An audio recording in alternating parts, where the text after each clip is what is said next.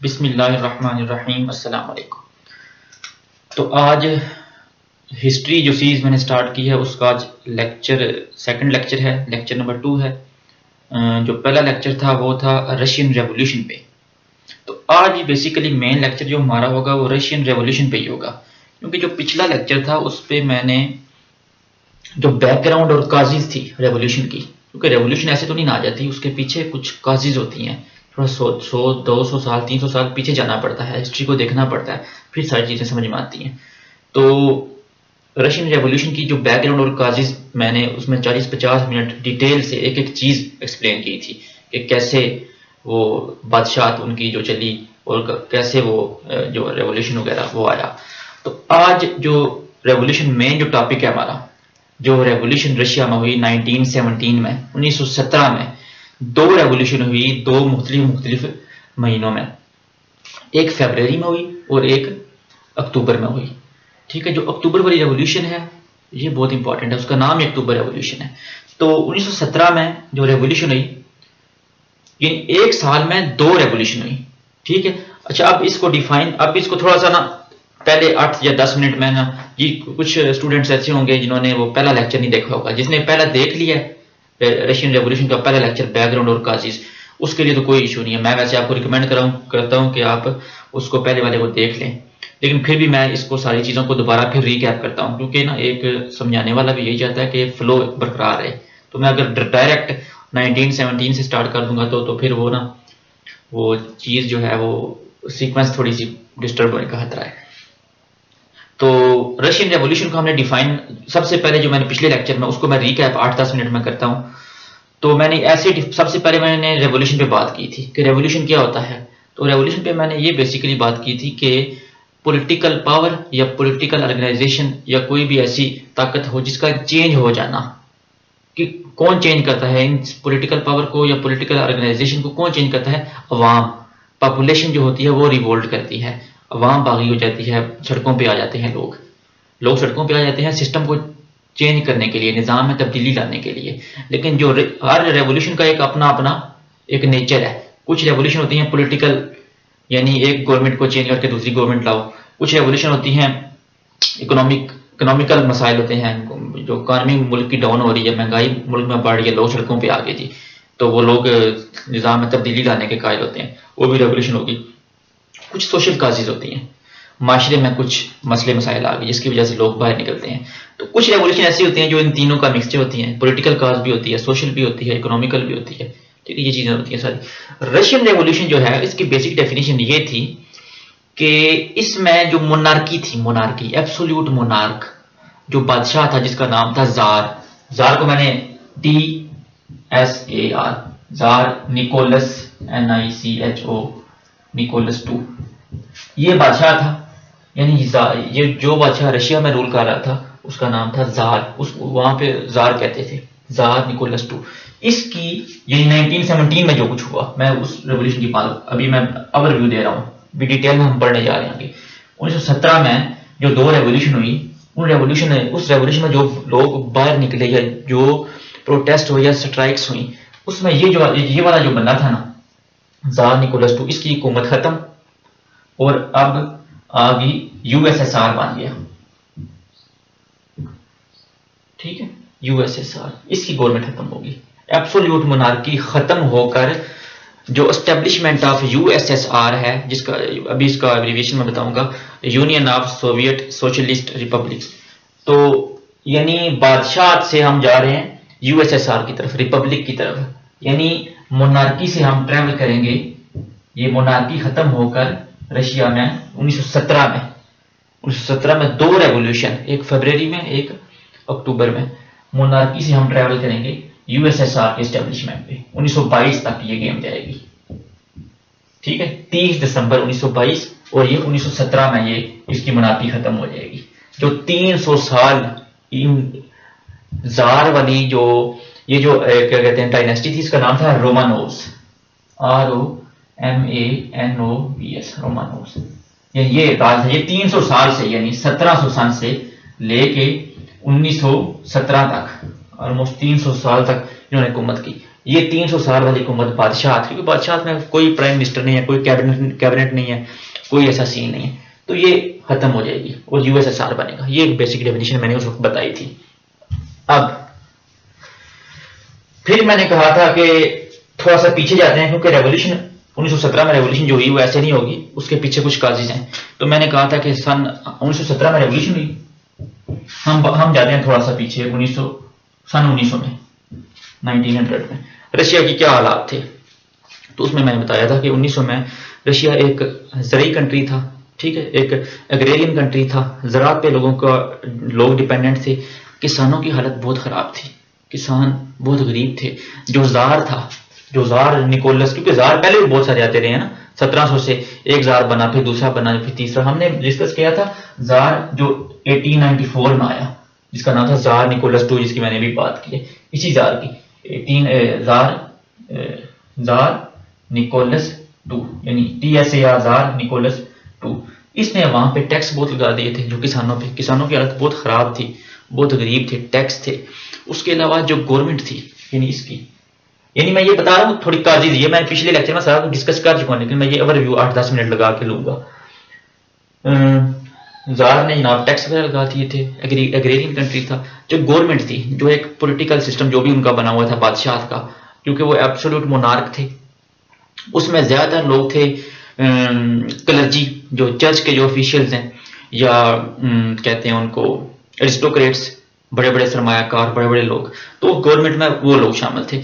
उसके अलावा फैक्ट्रियों की तादाद बहुत कम थी, हालांकि 1800 सन और 1900 ये इंडस्ट्रियल रेवोल्यूशन, यानी इंडस्ट्री लग रही हैं यूरोप में, तो यहाँ पे क्या कहते हैं उसको, इंडस्ट्रीज बहुत कम थी। जो इंडस्ट्रीज थी जितनी भी थी 1000 के करीब 1910 में, वो सेंट पीटर्सबर्ग, जो उनका इंपीरियल कैपिटल था रशिया का उस वक्त, अब तो मॉस्को है ना, तो वो उसमें वो थी ज्यादातर इंडस्ट्रीज। और इंडस्ट्रीज की क्या हालत थी, बहुत खस्ता हालत थी। जो इंडस्ट्री में जो वर्कर काम करते थे, एक अपार्टमेंट में 15-15 लोग यहाँ पड़े हुए हैं, जिसकी वजह से सैनिटरी कंडीशन बहुत खराब है। उसके बाद सफाई का निज़ाम नहीं सही, हाइजेनिक मेजर बहुत खराब है, और डिजीजेज और इस तरह की, यानी बहुत खतरनाक सूरत थी। अब ज़ार का हो गया सर। अब उसके बाद हमने डिस्कस किया था कि 1917 में रेवोल्यूशन क्यों हुआ, 1917 में लोग बाहर क्यों आए, ठीक है। उससे पहले मैंने एक बयान किया था कम्युनिज्म का कॉन्सेप्ट। कम्युनिज्म ये दिया था कार्ल मार्क्स ने, और इसको थोड़ा सा, इस कंसेप्ट को थोड़ा सा मॉडिफाई किया था, थोड़ा सा, यानी माना था एक बंदे ने, जिसका नाम था व्लादिमीर लेनिन, ठीक है। लेनिन साहब ने इसको मॉडिफाई। कम्युनिज्म मैंने पहले बताया था कि कम्युनिज्म का कंसेप्ट ये कहता है कि जितने भी सोसाइटी के जो वर्कर्स हैं, जो फैक्ट्री वर्कर्स हैं, जो काम करने वाले मजदूर तबका है, उनके हाथ में गवर्नमेंट जानी चाहिए, उनके सारे रिसोर्सेज हैं। ये एक बेसिक डेफिनेशन है। वैसे कम्युनिज्म पे अलग एक बनता है, 1 घंटे का बनता है, क्योंकि काफी इसमें कॉम्प्लेक्स टॉपिक है ये। जितने भी सोसाइटी के वर्कर्स हैं, उनके हाथ में गवर्नमेंट जानी चाहिए, उनके सारे रिसोर्सेज हैं, सब कुछ उनके पास जाना चाहिए। तो उन वर्कर्स को ये कार्ल मार्क्स ने कहा प्रोलेटरिएट, PROLET,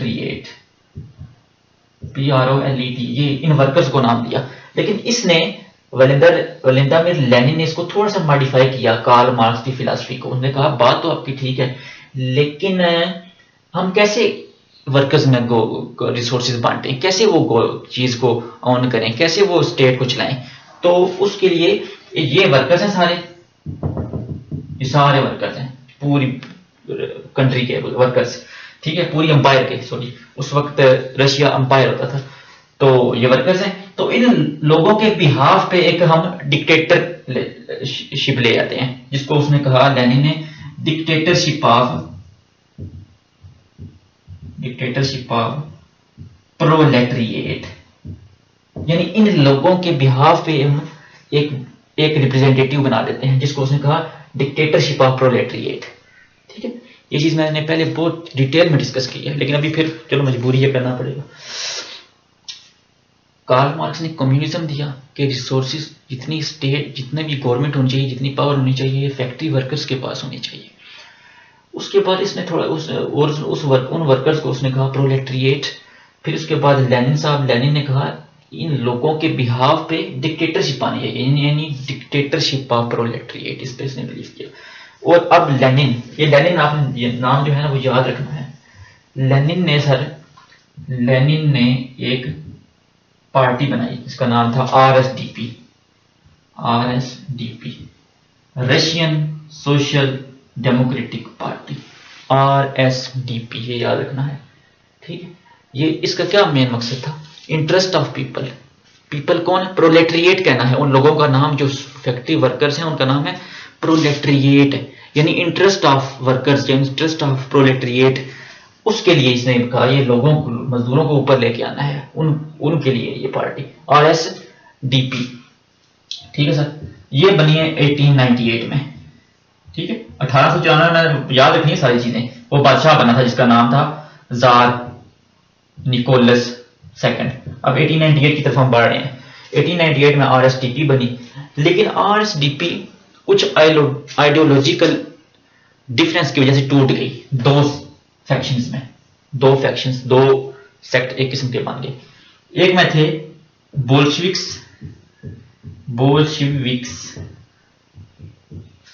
एक में थे मेंशेविक्स, ठीक है। BOL बोल SHEC, बोल्शेविक्स एंड मेंशेविक। यहां पे सिर्फ बोल BOL बोल एंड MEN यानी बोल मैन, ये आपने इसको याद रखना है। बाकी शिविक्स दोनों में कॉमन है।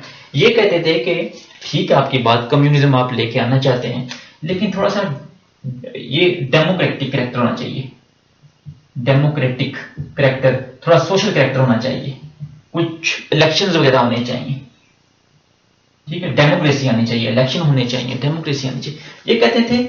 ये बोल्शेविक्स ये लेनिन की बात मानते थे, जिसकी मेन पार्टी थी। ये जुदा हो गए, इन्होंने अपना नजरिया पेश कर दिया, डेमोक्रेटिक कैरेक्टर लेके आए, सोशल कैरेक्टर लेके आए, थोड़ी डेमोक्रेसी होनी चाहिए यार, इलेक्शन होने चाहिए। ये कहते थे नहीं, डिक्टेटरशिप ऑफ प्रोलेटरिएट, इलेक्शन की जरूरत नहीं है, बस जितने फैक्ट्री वर्कर्स हैं वो अपना एक बंदा पेश कर देंगे, उनका एक रिप्रेजेंटेटिव बन जाएगा, जिसको हम कहेंगे डिक्टेटरशिप ऑफ प्रोलेटरिएट। ये तो ये अब दो फैक्शंस बन गई। अब इनको याद रखना है आपने, मेंशेविक्स एंड बोल्शेविक्स, इन्हीं से आगे गेम चलनी है सारी, ठीक हो गया सर।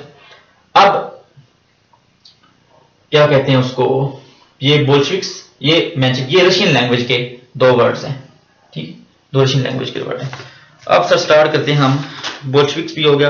अब जो मेन आरएसडीपी आपकी बन गई, बोल्शेविक्स भी बन गए, मेंशेविक, दोनों में आइडियोलॉजिकल डिफरेंस आ गए। अब देखना है आपने, ये 1894 में बादशाह बना, सारी चीजें आपने माइंड में अभी भी याद करते जाए, टाइम बहुत कम होता है, मुकाबला बोल सकते हैं। 1894 में बादशाह जार निकोलस सेकंड बन गए।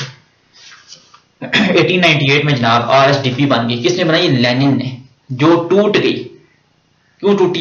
एक कहते हैं जनाब डेमोक्रेसी लेके आए, डेमोक्रेटिक। मेंशेविक्स जो मैन थे वो कहते हैं बोल्शेविक्स, जो कहते हैं बस ठीक है जी इलेक्शन की जरूरत नहीं है, लेकिन इन वर्कर्स के बिहाफ पर हम एक आइडिया लेके आते हैं जिसको कहते हैं डिक्टेटरशिप ऑफ प्रोलेटरिएट। अच्छा, अब जो दो मेन वजूहात थी जिसकी वजह से 1917 में रेवोल्यूशन आया, वो पहली रूसो यानी रशियन, रूसो जापानीज वार, यानी रशिया और जापान की आपस में जंग छिड़ गई, जिसमें रशिया को बहुत बुरी हार हुई।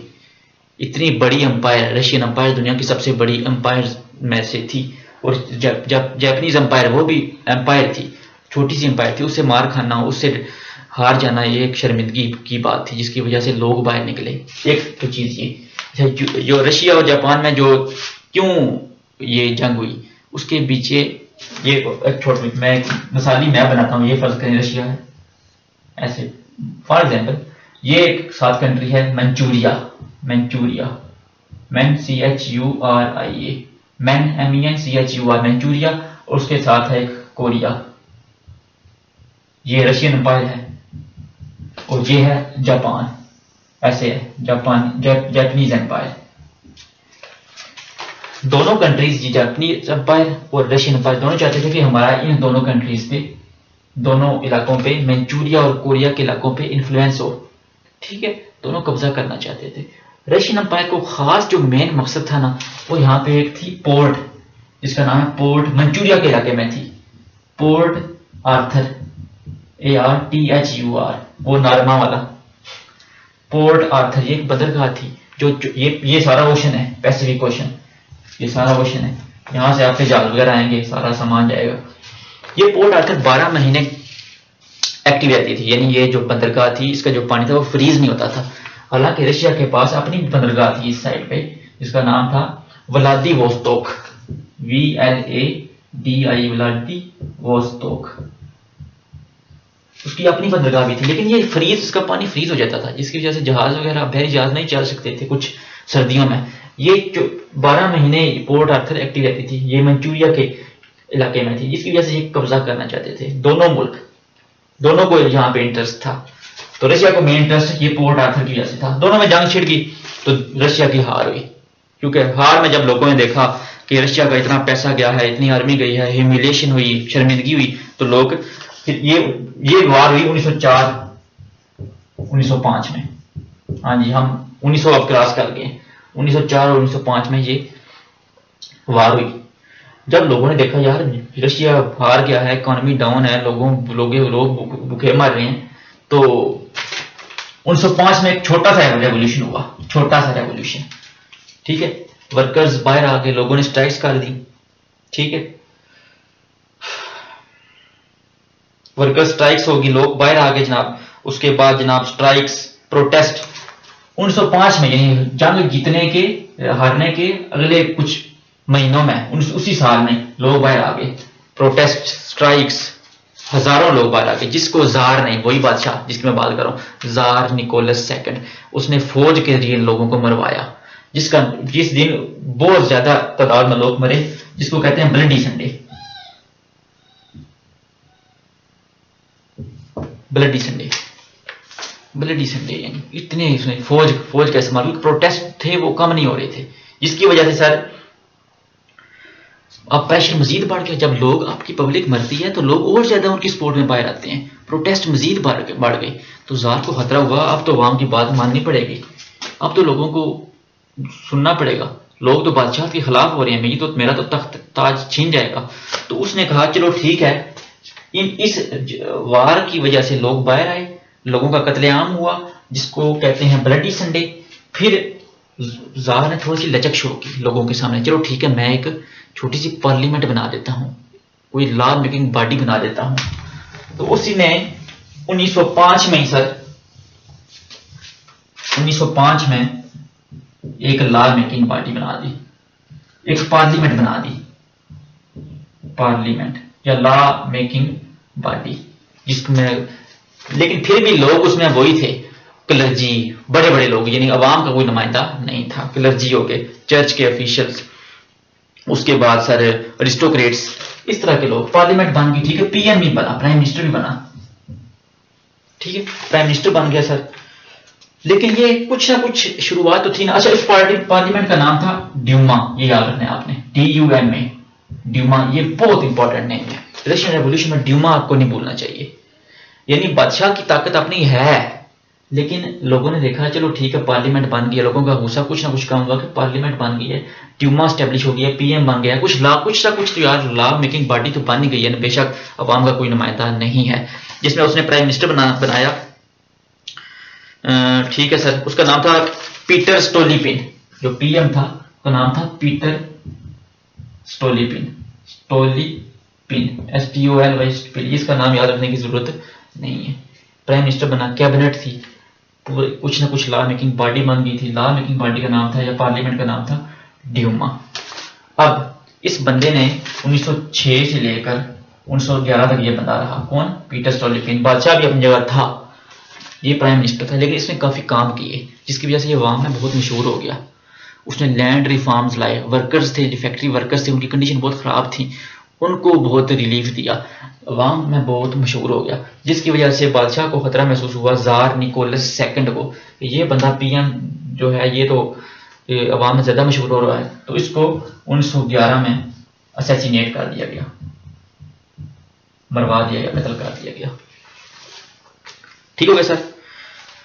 अब ये तो एक हो गया हमारे पास एक ये वजह, यानी मेन वजह पहली मैंने वार की बयान की, रशिया और जापान की वार, मंचूरिया और कोरिया की एक बंदरगाह थी, ठीक है सर, पोर्ट आर्थर, उसको लेके दोनों में जंग हुई, रशिया की हार हुई, लोग बाहर निकले, फिर जार ने लोगों को फौज के जरिए मरवाया, ठीक है, जिसको हम कहते हैं ब्लडी संडे।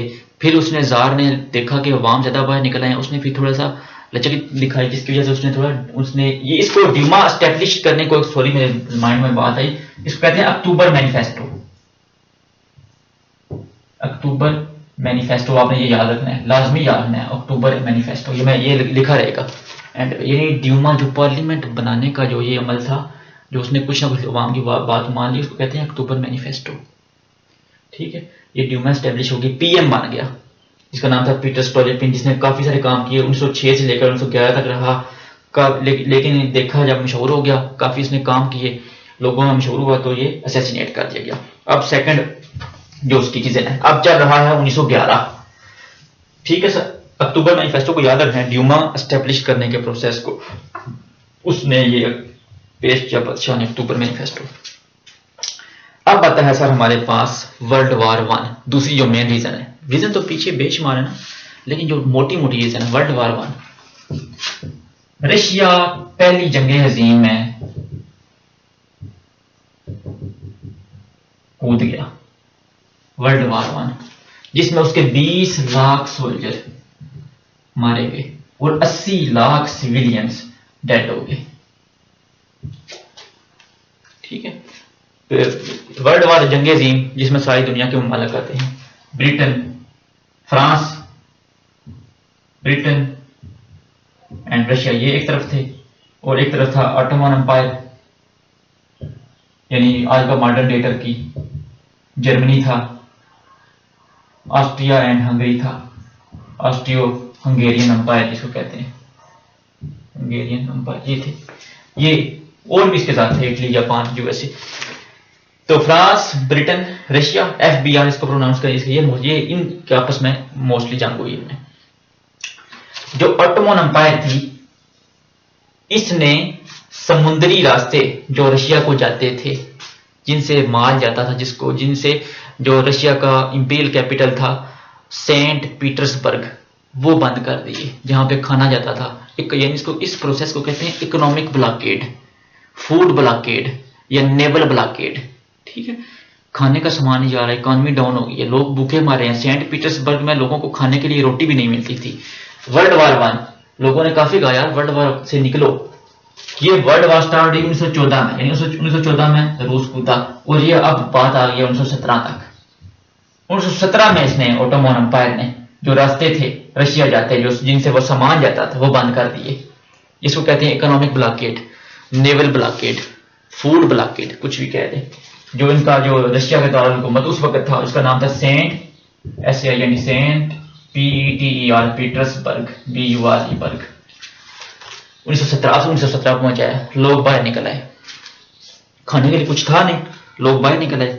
इन कंडीशन में रशिया जापान की वार, उसके बाद जनाब पहली जंग अजीम में कूदना, इकोनॉमी डाउन होना, ऑटोमन एम्पायर ने, तुर्की ने, जो मॉडर्न डे टर्की था इस वक्त का, उसने जनाब वो समुद्री रास्ते बंद कर दिए, सामान नहीं जा रहा, लोगों को खाने के लिए कुछ नहीं मिला, लोग बाहर निकल आए।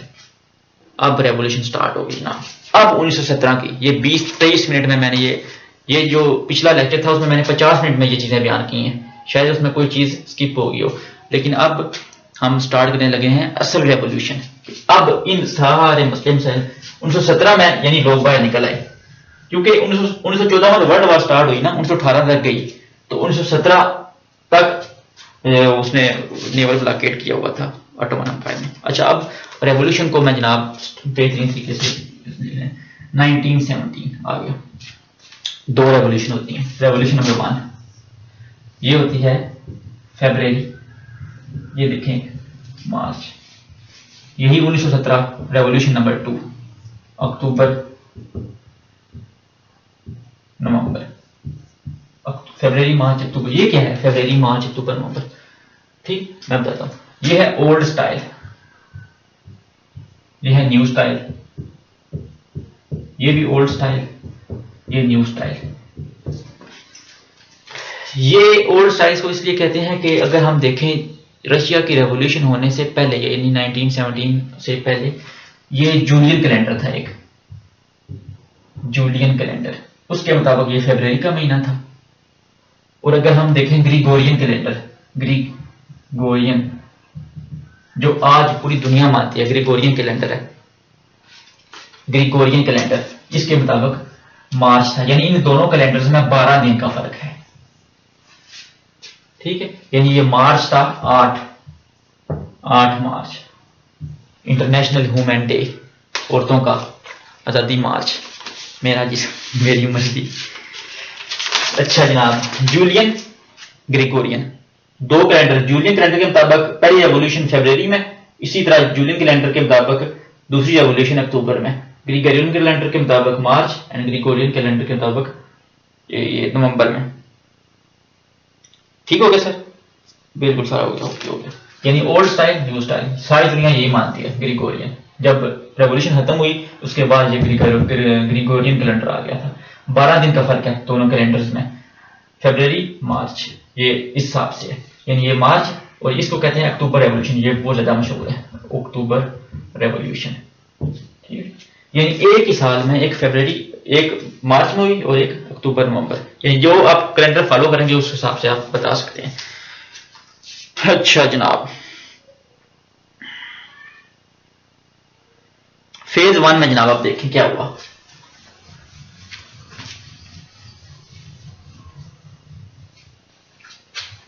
पहली रेवोल्यूशन जनाब हुई 1917 में। अब पहली रेवोल्यूशन के बारे में सारा ये मैं डिटेल बयान करना हूं। पहली रेवोल्यूशन में फरवरी मार्च, यानी ओल्ड स्टाइल के मुताबिक फरवरी एंड न्यू स्टाइल के मुताबिक मार्च, यानी जूलियन के मुताबिक फरवरी एंड ग्रिगोरियन कैलेंडर के मुताबिक मार्च। क्या था? वर्ल्ड वार हुई थी 1914 में। 1917 तक रशिया वर्ल्ड वार में था। ओटोमन एम्पायर ने रास्ते बंद कर दिए थे, लोगों को खाने के लिए कुछ नहीं था। कौन से लोग? जो सेंट पीटर्सबर्ग, जो रशिया का इंपीरियल कैपिटल था, SAINT, सेंट PETERSBURG बर्ग, सेंट पीटर्सबर्ग। जब जार था, अभी भी जार है, जब जार था TSAR, तो उसने इसका नाम रख दिया था पेट्रोग्रैड, पेट्रोग्रैड, PETROGRAD। जब लेनिन बना, यही लेनिन जिसकी मैं बात कर रहा था पहले, लेनिन जिसने वो RSDP बनाई, रशियन सोशल डेमोक्रेटिक पार्टी, तो लेनिन ने इसका नाम रख दिया था लेनिनग्रैड। लेकिन जब लेनिन के जाने के बाद 1991 के बाद जब रशिया टूटा, तो फिर इसका नाम उन्होंने सेंट पीटर्सबर्ग रख दिया। अब सेंट पीटर्सबर्ग में, मॉस्को में, जो बड़े बड़े शहर थे, खाने का सामान नहीं जा रहा था, बिल्कुल खाने की कमी थी, लोग बाहर निकल आए। ये रेवोल्यूशन, कितने लोग बाहर निकले? 50,000। ये 1917 की बात हो रही है। यानी इसी साल में तुर्की ने खाने का सामान बंद कर दिया था। 50,000 वर्कर्स, स्ट्राइक्स, स्ट्राइक्स हो रही हैं, प्रोटेस्ट हो रही हैं, लोग बाहर निकल आए सर। जब बादशाह ने देखा, जिसका नाम था जार, अभी भी है वो, TSAR, जार निकोलस, यानी वो इस 1917 में फारिग हो जाएगा। TSAR जार ने जब देखा, यार ये तो क्या है, ये तो लोग मार देंगे मुझे, तो उसने खुद ही अपना थ्रोन जो है एब्डिकेट कर दिया। ठीक है, जार निकोलस एब्डिकेट्स, ABDICATS, एब्डिकेट्स का मतलब अपनी तख्त को छोड़ देना, अपनी हुकूमत को छोड़ देना, खुद ही छोड़ देना, abdicates in favour of his brother. उसने कहा, उसने अपने भाई को ऑफर पेश की, उसने कहा यार ये बादशाह तुम ले लो। लेकिन भाई भी सियाना था, उसने कहा आप लेने का क्या फायदा, आप तो लोगों में इतना गम गुस्सा है, लोगों ने तो बादशाह को मार देना है। लेकिन उसका नया भाई का नाम था माइकल, MICHEL, उसने भी बादशाह नहीं ली। यानी बादशाह जो है, जो 300 साल से 1700 से चली आ रही थी, ये डायनेस्टी, जिसका नाम था रोमानोव्स, ROMANVOFs, जिनके बादशाह का नाम था जार का था, TSAR जार। लेकिन ये वाला जो बादशाह था, इसका नाम था जार निकोलस II, इसने खुद ही छोड़ दिया। अब जो मोनार्की थी, जिसको कहते हैं एब्सोल्यूट मोनार्की, ये खत्म होगी। लेकिन शायद आपको याद हो, मैंने कहा था कि 1905 में जब रशिया और जापान की वार हुई थी, तो बादशाह ने जब ब्लडी संडे किया था, जब लोगों को कत्ल करवाया था, उसने एक पार्लियामेंट्री बॉडी बनवाई थी, पार्लियामेंट्री बॉडी, जिसका नाम था ड्यूमा, अक्टूबर मैनिफेस्टो। अब बादशाह तो चला गया, लेकिन अब वो ड्यूमा जो है वो पावर में आ गई। हाँ जी, ड्यूमा पावर में आ गई, क्योंकि ड्यूमा उसने बनवाई थी 1905 में। ड्यूमा जिसका नाम, जिस बनवाने का मलका उसने कहा था, अक्टूबर मैनिफेस्टो बादशाह ने दिया था, क्योंकि जिसका प्राइम मिनिस्टर कत्ल करवा दिया था उसने, तो ये ड्यूमा आ गई पावर में, क्योंकि बादशाह के पास सारे इख्तियार थे, इसको बस नाम ही था इसका, बस वो पीएम ने जो काम किया, तो ड्यूमा पावर में आ गई, बादशाह ने खुद ही थ्रोन छोड़ दिया। यानी 300 साल वाली डायनेस्टी जार, जो 300 साल 1700 से बनी हुई थी, वो खत्म हो गई, यानी एब्सोल्यूट मोनार्की पहली फेज में खत्म हो गई। अब किसकी पावर आ गई है? ड्यूमा की। तो इस ड्यूमा की जो गवर्नमेंट होगी, उसका नाम होगा,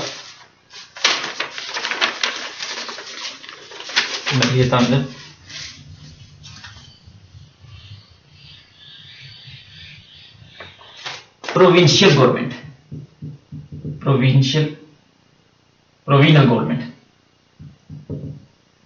प्रोविजनल गवर्नमेंट, ठीक है। यानी ये ड्यूमा जो पार्लियामेंट्री बॉडी थी, ये अब ताकत में आ गई, और इसकी जो गवर्नमेंट थी उसको कहते हैं provisional government, PROVISIONL, provisional government. इसमें जो ज्यादातर लोग थे वो थे मेंशविक।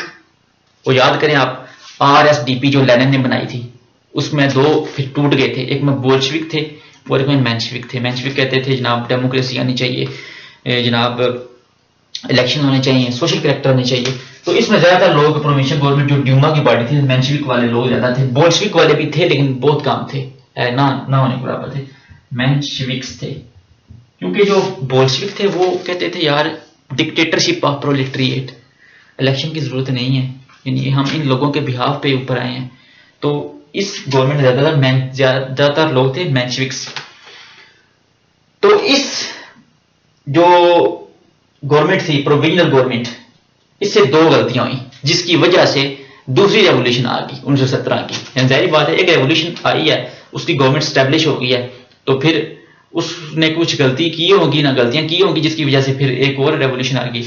तो ये जो ड्यूमा थी पावर में आ गई, जो प्रोविजनल गवर्नमेंट थी, इसमें ये वाले लोग थे मेंशविक फैक्शन के लोग। यानी मेंशविक फैक्शन में कौन से लोग हैं? मेंशविक फैक्शन वाले लोग थे जो अब इसने दो गलतियां बहुत बड़ी कर ली प्रोविजनल गवर्नमेंट ने। क्या किया कि वर्ल्ड वार 1 से जनाब इन्होंने विथड्रॉ नहीं किया। 1917 चल रहा है ना, अभी रशिया वर्ल्ड वार नहीं है, वर्ल्ड वार की वजह से ही उसका सारा इकोनॉमिक ब्लॉकेड किया हुआ है तुर्की ने, ऑटोमन एम्पायर ने। तो वर्ल्ड वार से अभी भी बाहर नहीं निकला। डिड नॉट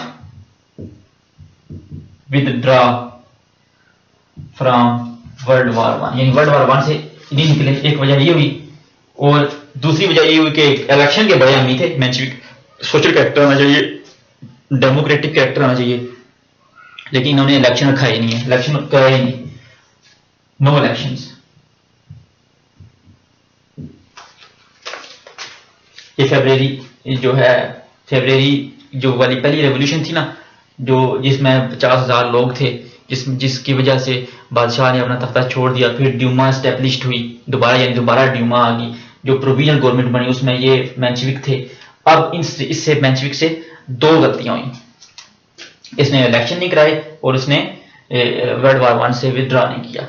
अब बोल्शविक वाले लोग भी तो अभी मौजूद ही है ना, क्या हाल है, दोनों फैक्शन है ना अभी मौजूद, मेंशविक पावर में आ गए हैं, बोल्शविक वाले अभी हैं। अब देखें दो गलतियां उन्होंने, अब बोल्शविक वाले लोग, बोल्शविक फैक्शन वाले लोग ये दो गलतियां पकड़ेंगे और कहेंगे इनको कि ये इनको जनाब आप रेक्टिफाई करें, दुरुस्त करें अपनी गलतियां।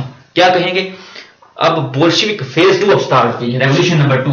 अब हम पहुंच आए हैं अक्टूबर के महीने में, अक्टूबर के महीने में पहुंच आए हैं, यानी रेवोल्यूशन नंबर 2। तो ईयर कौन सा है? 1917 में पहुंच आए हैं। बोल्शविक जो दूसरे अपोजिट लोग थे, जिनका सरबराह कौन था बोल्शविक का बताएं? लेनिन।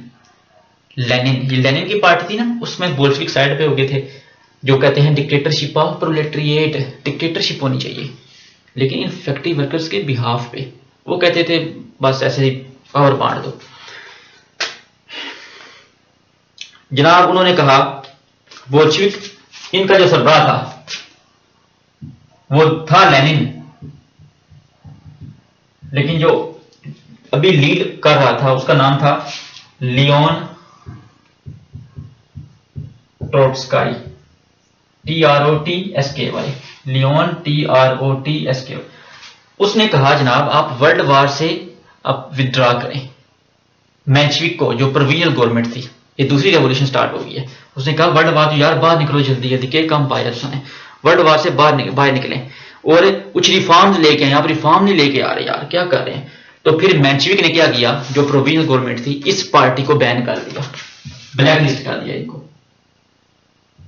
इनको बैन कर दिया ऑल ओवर द कंट्री, और उनके जो लीडर्स थे उनको अरेस्ट कर दिया।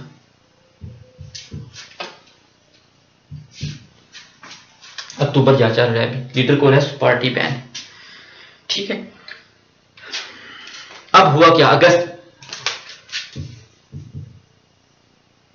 अगस्त में एक काम हुआ था, थोड़ा सा पीछे जाएं। अगस्त में जो रशियन आर्मी थी, मिलिट्री थी, उन्होंने एक कू करने की कोशिश की, जिसे कहते हैं मिलिट्री कूप नहीं पढ़ना, जो कू करना, यानी तख्ता उठने की कोशिश की। किसकी? प्रोविजनल गवर्नमेंट की। अब प्रोविजनल गवर्नमेंट ने, जो मेंशेविक वाले लोग थे, उन्होंने बोल्शेविक वाले लोगों से मदद मांगी, यार आप हमारी मदद कर दें, ये फौज हमारा तख्ता पलटने लगी है। क्यों उनसे मदद मांगी? हालांकि वो अपोजिट पार्टी थी, उनको उसने ब्लैक लिस्ट कर दिया था, फिर भी उसकी मदद मांगना क्यों पड़ी? बोल्शेविक जो फैक्शन थी, उनके पास रेड गार्ड्स थे, रेड गार्ड्स, यानी ये कहते हैं मलेशियाज को, यानी वो लोग जिनके पास असला होता है, मिलिशियाज, ये कहते हैं असला रखने वाले लोग, रेड गार्ड, जिन उनकी अपनी एक आर्मी थी, सिविल आर्मी, रेड गार्ड्स थे उनके पास। उन्होंने कहा आप हमारी मदद करें, ये फौज का जो फौज जो हमारा तख्ता उठना चाहती है, उसको आप मिलिट्री कूप करना चाहती है, इसको आप मदद करें हमारी। तो उन्होंने मदद की, ये मिलिट्री कूप फेल हो गया, यानी फौज तख्ता ना पलट सकी। लेकिन जो रेड गार्ड्स थे, जो मलेशिया से, वो जो रूस का जो कैपिटल था उस वक्त का, सेंट पीटर्सबर्ग, उसी में ही रहे, उसी में वो गए नहीं, उसमें से वो वहां से गए नहीं, ठीक है, उनकी कुछ और मुकासद थे। अब अक्टूबर 24 और 25, अक्टूबर 24 है 25 की रात है, ये रेवोल्यूशन एक रात की है सिर्फ।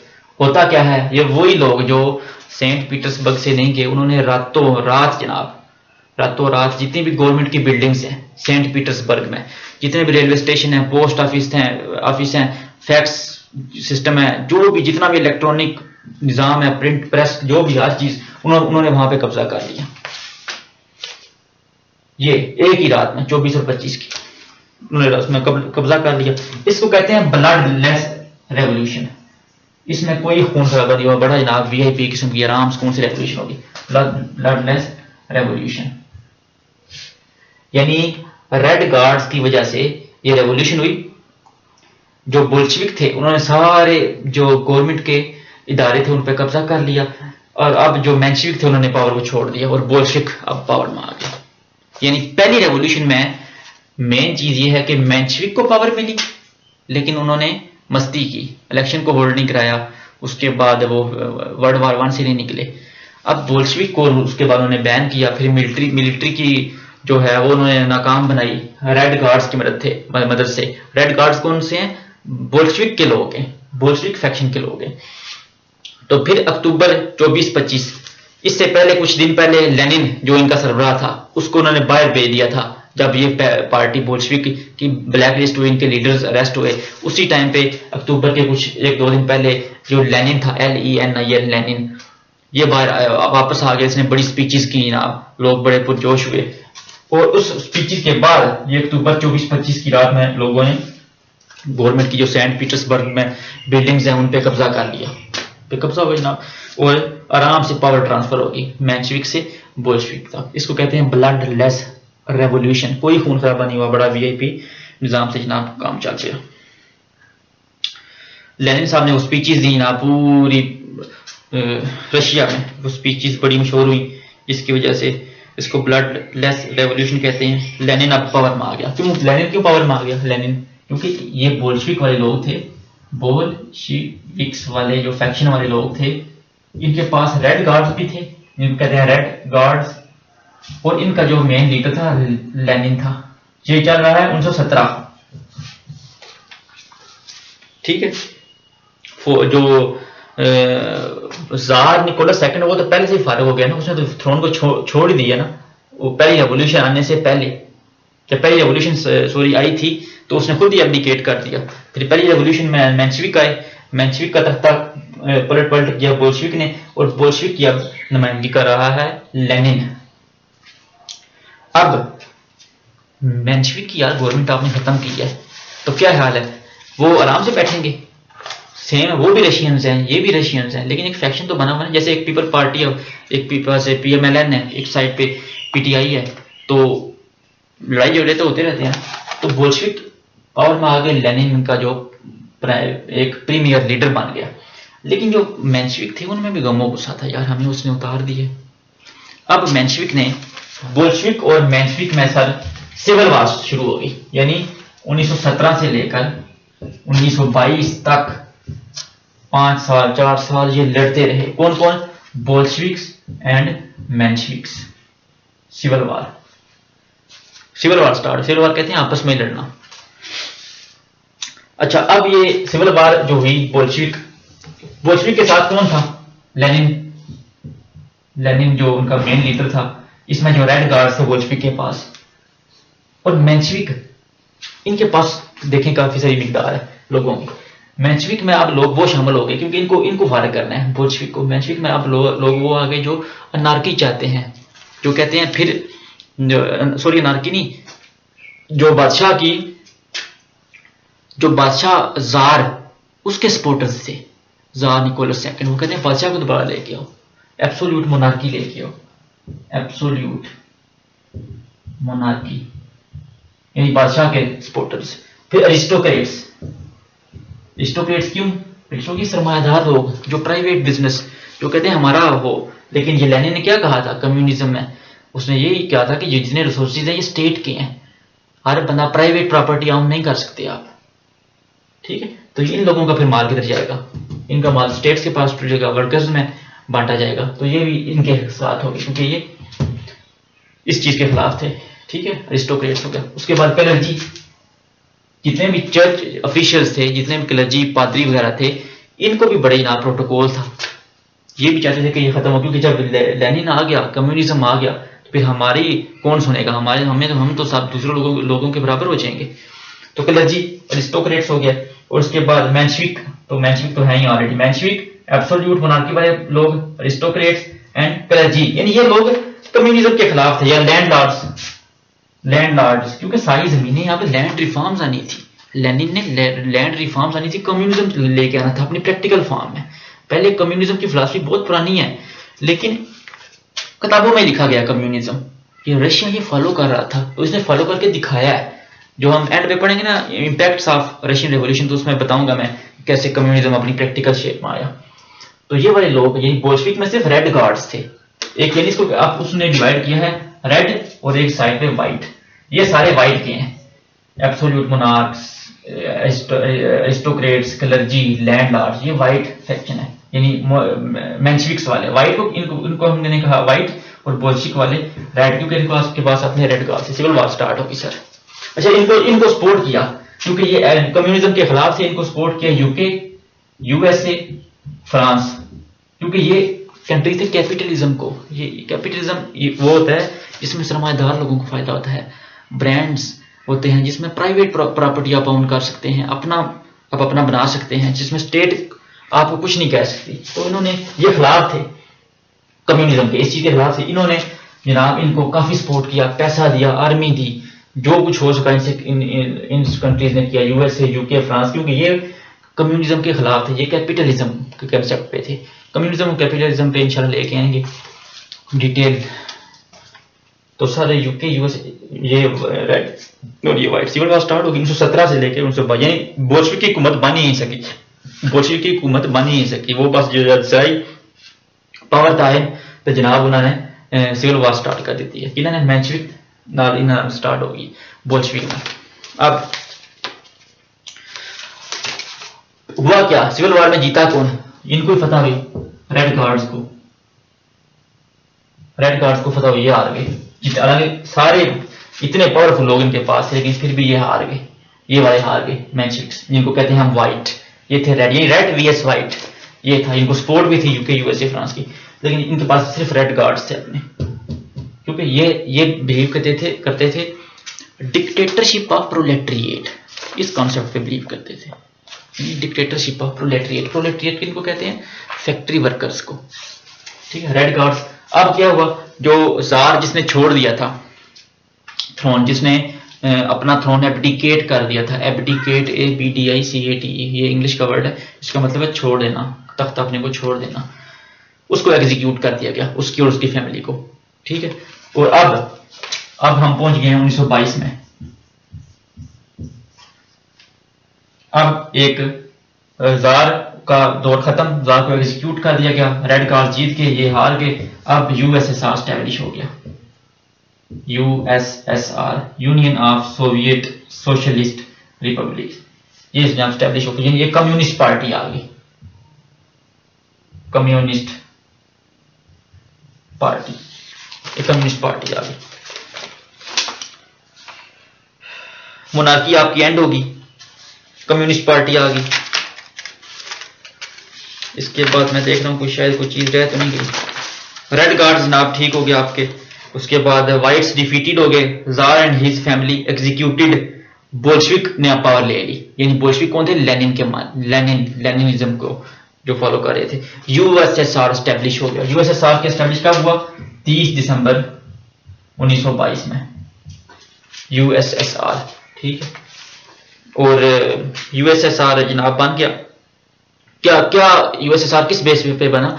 Dictatorship of proletariat. ये कौन बात कहता था? लेनिन। जो बोल्शेविक फैक्शन थे वो खुद कहते थे कि हम डिक्टेटर हैं। क्यों डिक्टेटर हैं? हम ऐसे डिक्टेटर बन के आगे हम फैक्ट्री वर्कर्स के बिहाफ पे डिक्टेटर हैं, ठीक है। We are dictators on behalf of the factory workers, dictatorship of proletariat, ठीक है सर। उसके बाद जनाब रशियन जो रेवोल्यूशन थी वो खत्म होगी और यूएसएसआर बन गया। यानी रशियन रेवोल्यूशन की डेफिनेशन यही है कि डिमाइस ऑफ जारिस्ट रिजाइम, ठीक है, जार की हुकूमत खत्म हो जाना, उसका खत्म हो जाना, और एस्टेब्लिशमेंट ऑफ यूएसएसआर। अब हम यूएसएसआर को थोड़ा सा देख लेते हैं। यूएसएसआर क्या है? इसको कहते हैं union of Soviet, SOVIET, Soviet socialist republics. अब सोवियत क्या है? Soviet is a law making body. अब क्या हो, ये सोवियत है क्या? वैसे Soviet is a law making body किस तरह है? ये वो ऐसे है कि कोई भी फैक्ट्री होती है ना, फैक्ट्री, उसमें कुछ वर्कर्स होते हैं, वो वर्कर्स, कोई उन वर्कर्स का ग्रुप होता है, वो अपना एक रिप्रेजेंटेटिव देंगे, फिर आगे वो रिप्रेजेंटेटिव बनेंगे। यानी पहले वर्कर्स की सोवियत होगी, यानी एक जैसे कहते हैं ना यूनियन काउंसिल होती है, यूनियन काउंसिल के नीचे गांव होते हैं, तो ये यूनियन काउंसिल होती है, वो समझ लें कि एक लॉ मेकिंग बॉडी है, वो एक सोवियत है। कितने गांव हैं उसके नीचे? 60-70 गांव हैं, जितने भी हैं। तो सोवियत भी ऐसे ही पूरे रशिया में, या जिसको अब यूएसएसआर बन गया क्योंकि यूनियन होगी, इसमें बेशुमार क्या कहते हैं उसको लोग मिलके वो एक लॉ मेकिंग बॉडी बनाते हैं, फिर वो अपना एक रिप्रेजेंटेटिव देंगे आगे। इस तरह फिर पूरे रशिया का जो सारी सोवियट्स मिलके ना एक पूरी यूनियन बन जाएगी, जिसको हम कहते हैं union of Soviet socialist republics.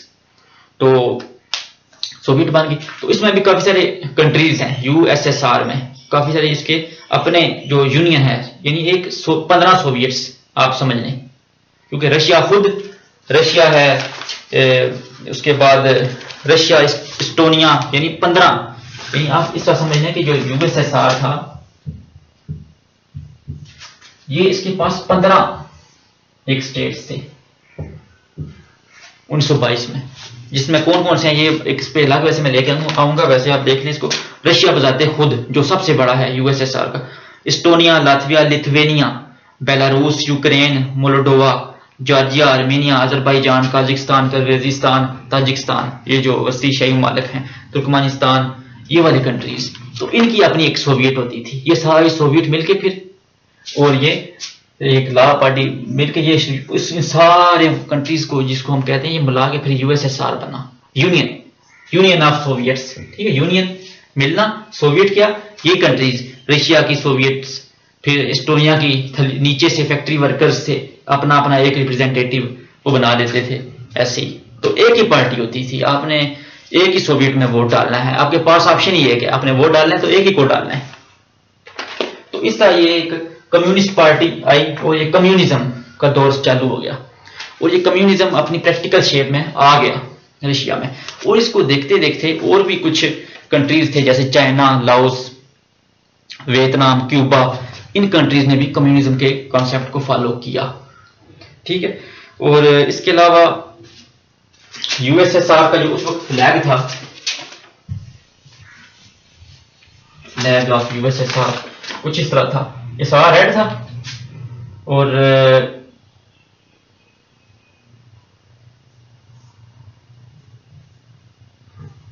इस तरह था, ये स्टार था एक, और ये हैमर था, और ये सिकल, ठीक है। कहते हैं, सुना है, ये यूएसएसआर का था। जब टूटा तो इसका, जब यूएसएसआर 1900, पता है आपको, पता है 1991 में यूएसएसआर टूट गया। ये जो मैंने 15 उसके बताया ना, 15 जो उसकी सोवियट्स थी, 15 जो उसके सब नेशनल जो थे, वो टूट गए। उसके बाद सिर्फ अब रशिया बच गया। लेकिन यूएसएसआर टूटने के बावजूद भी एक बहुत बड़ा मुल्क है। यूएसएसआर अब टूट गया, उससे 14 निकल गए, बाहर सिर्फ एक बचा रशिया। लेकिन रशिया जो पहले यूएसएसआर में था, जो फिर भी दुनिया का सबसे बड़ा कंट्रीज में शामिल होता है ये, क्योंकि रशिया बहुत बड़ा है ना, बाकी जो सारे टूटे हैं वो छोटे छोटे हैं। आप इस तरह इसको इमेजिन करें, मैं थोड़ा सा इलेबोरेट करता हूँ इसको, कि ये फर्ज करें यूएसएसआर है, सारा यूएसएसआर है। अब ये समझे रशिया है सारा, एक सोवियत, अब ये बाकी सारी आपकी बाकी 14 इसमें है, और एक सोवियत ही है, ये सारी टूट गई। तो ये तो बहुत बड़ा है, अभी भी बड़ा है। तो ये चीजें हैं सारी। तो इसको अब थोड़ा सा सम अप कर लेते हैं लास्ट में। 1917 दो रेवोल्यूशन हुई, ठीक, एक फरवरी मार्च और old style and new style, और एक अक्टूबर नवंबर में। पहली रेवोल्यूशन में जो था जार, उसने वो क्या कहते हैं, लोग बाहर निकल आए, क्योंकि वर्ल्ड वार 1 की वजह से वो ऑटोमन एम्पायर ने 1917 में ब्लॉकेड कर दिया था, लोग बाहर निकल आए, लोगों ने प्रोटेस्ट किए। जार ने देखा, जार ने लोगों को मरवाया बहुत, ब्लडी संडे। तो जार ने जनाब अपना जो था वो थ्रोन जो है वो एब्डिकेट कर दिया, क्योंकि उसके पास ऑप्शन ही नहीं था, लोग बाहर निकल आए काफी सारे। जिसकी वजह से जो ड्यूमा पहले बनी थी, क्यों बनी थी ड्यूमा, 1905 में जब ब्लडी संडे हुआ था, प्रेशर में आ गया था जार, तो उसने एक ड्यूमा अक्टूबर मैनिफेस्टो दिया था, एक पार्लियामेंट्री पार्टी जिसका पीएम भी था, वो पावर में आ गई। वो जार ने खुद ही, पहले रेवोल्यूशन के बाद जार ने खुद ही छोड़ दिया। तो अब ड्यूमा, तो ड्यूमा में जो थी वो, उसको जो गवर्नमेंट थी उसको कहते हैं प्रोविजनल गवर्नमेंट, और उसमें ज्यादातर लोग थे मेंशविक से दो गलतियां हुई। एक तो उन्होंने वर्ल्ड वार 1 से विड्रॉ नहीं किया, 1917 चल रहा है, और एक इलेक्शन को होल्ड नहीं करवाया, जो कि वो कहते थे पहले कोई लैंड रिफॉर्म्स नहीं। तो बोल्शेविक ने जनाब कहा कि आप यार ये काम करें, जिसकी वजह से मेंशविक ने बोल्शेविक पे बैन लगा दिया। और बोल्शेविक का लीडर था लेनिन, जिसने काफी सारी फेमस स्पीचेस की, और सेंट पीटर्सबर्ग में फिर उन्होंने 24 और 25 अक्टूबर की जो रात थी, उसमें उन्होंने सारी गवर्नमेंट बिल्डिंग्स पे कब्जा कर लिया। जब बिल्डिंग्स पे कब्जा किया तो फिर बोल्शेविक ने पावर को संभाल लिया, लेकिन फिर मेंशविक जो फैक्शन था वो आराम से बैठने वाले नहीं थे। फिर सिविल वार चल पड़ा, 1917 से लेकर 1922 तक लड़ते रहे। मेंशविक के पास बहुत ज्यादा लोग थे, एरिस्टोक्रेट, क्लर्जी, उसके बाद क्या कहते हैं इसको, एब्सोल्यूट मोनार्की को सपोर्ट करने वाले लोग, यूके, रशिया, फ्रांस, जो कम्युनिज्म के खिलाफ थे, इन लोगों ने इनको सपोर्ट किया, पैसा दिया। लेकिन उनके पास रेड गार्ड थे, ये व्हाइट में आते थे मेंशविक, रेड वाले फिर जीत गए। और 1922 में 30 दिसंबर 1922 में यूएसएसआर स्टैब्लिश हो गया। यूएसएसआर किसको कहते हैं, 15 सब नेशनल जो सोवियट्स थी, उनकी लॉ मेकिंग बॉडीज थी। सोवियत कैसे बनती है, फैक्ट्री वर्कर्स जो होते हैं, पूरी फैक्ट्री में जितने वर्कर्स होते हैं वो अपना एक रिप्रेजेंटेटिव दे देते हैं, तो ये एक सोवियत बनती। फिर कुछ फैक्ट्रीज मिलके फिर अपना एक रिप्रेजेंटेटिव देंगी, फिर एक सोवियत, ऐसा ये सोवियत ये बनती थी। और एक कम्युनिस्ट पार्टी एक ही पार्टी रहेगी, कम्युनिस्ट पार्टी, एक ही बंदे को वोट डालना है, कोई और पार्टी एग्जिस्ट नहीं कर सकती। तो ये यूएसएसआर का था। अब जो नेक्स्ट लेक्चर आएंगे थोड़ा लंबा हो गया, लेकिन क्या करें यार, चीज़ों को डिटेल में जब तक बयान ना करें तो फायदा नहीं है। तो अब मैंने डिस्कस करना है, रशियन रेवोल्यूशन खत्म होगी, अब डिस्कस करेंगे इंशाल्लाह नेक्स्ट में कोल्ड वार करेंगे डिस्कस, और उसके बाद सर वर्ल्ड वार 1 भी आएगी, ठीक है। और कोलैप्स ऑफ यूएसएसआर बंद तो गया, आपके सामने बना है, ठीक है, यानी नाम चेंज हो गया, रशिया से वो ये यूएसएसआर बन गया है नाम। तो ये यूएसएसआर टूट जाएगा, ठीक है, मसले मसाइल आ जाएंगे, टूट जाएगा। और 1991 में, 1991 में। और यूएसएसआर का जो फाउंडर था वो कौन था? लेनिन। अब यही इसका फर्स्ट, आप समझ लें कि एक प्रीमियर लीडर था, जो इनका गवर्नमेंट जो जिसकी गवर्नमेंट थी वो लेनिन ही था, ठीक हो गया सर। तो नेक्स्ट में इंशाल्लाह लेके आएंगे रशियन रेवोल्यूशन। अब मैंने खत्म कर दिया है। अब रशियन रेवोल्यूशन के अगला जो क्लिप है ना, जो लेक्चर, ये लेक्चर नंबर 2 होगा रशियन रेवोल्यूशन। लेक्चर नंबर 1 था causes and background, lecture number 2 है रशियन रेवोल्यूशन बजाते खुद, और लेक्चर नंबर 3 में अब रेवोल्यूशन हो चुकी है, अब इसके इम्पैक्ट्स क्या आए हैं वो मैंने डिस्कस करूंगा अगले लेक्चर में इंशाल्लाह। तो इंशाल्लाह नेक्स्ट में फिर होगी बात।